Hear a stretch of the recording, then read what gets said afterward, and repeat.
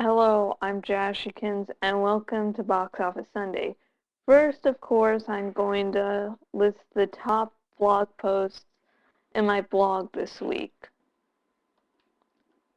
Coming in at last place is my vlog on Ray Bradbury titled Ray Bradbury Dies at 91. In this video, I do have to try not to cry, which is sort of embarrassing a little. Then is The Eternal Heart Eyes Opened 5. Then is this one is really fucking strange of how it's keeps on rising, because it was a little no article I wrote last year just to see if I could get hits, and it's disappeared, and suddenly it's now reappeared on this list. So it's really weird. It's titled Amber Portwood Teen Mom Tries to Commit Suicide. Yeah. Don't know. Yeah. Next one is my vlog review of the first episode of Continuum, and the episode's called A Stitch in Time. And the one that's gotten at the top of this list this week is an FMV, Fem Slash of Pretty Little Liars, and it's called Arya / Emily Set It on Fire. So yeah, that's how my blog's looking this week. Now let's get into the important thing, the actual Box Office Sunday. Okay. At number 15 is Chernobyl Diaries, so it's still hanging in there, which I'm glad, because this is actually a good movie.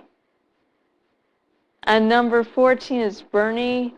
At number 13 is For Greater Glory. At number 12 is The Hunger Games. At number 11 is Dark Shadows.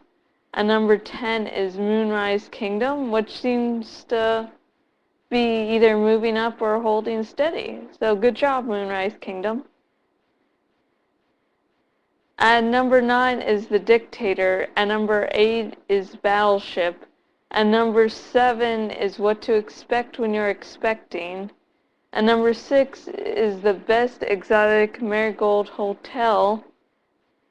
And number 5 is Marvel's The Avengers, which has managed to, still hang on in the top 5, which is good. And number 4 is Men in Black 3. And number 3 is Snow White and the Huntsman. Now here's something that's disappointing me, because I think the number 2 should be number 1, and number 1 should be number not even on this fucking list. Haven't seen number 1 this week, nor am I really interested in seeing it. And number 2 is Prometheus, and I'm going to have my review up on my blog before I go to sleep. And I don't understand the fucking hate, because I loved that movie. It was just a great experience all the way through. There were some creepy-ass moments. And I'm not going to give the spoiler here. I probably will in the review.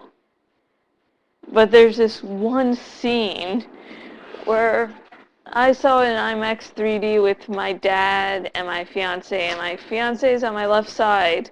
And I just start grabbing his arm at this scene. I mean, really squeezing it.